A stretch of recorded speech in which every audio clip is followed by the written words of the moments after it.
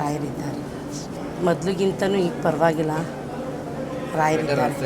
ಹಾಂ, ಈಗ ಬೆಟರ್ ಅನಿಸ್ತೈತೆ. ರಾಯರಿದ್ದಾರೆ. ರಾಯರು ನಮ್ಮದವ್ರಿಗೆ ಯಾರಿಗೂ ಏನು ಒಳ್ಳೇದಾಯ್ತದೆ ಅಂತ ಅಂದ್ಕೊಂಡಿದ್ದೀನಿ.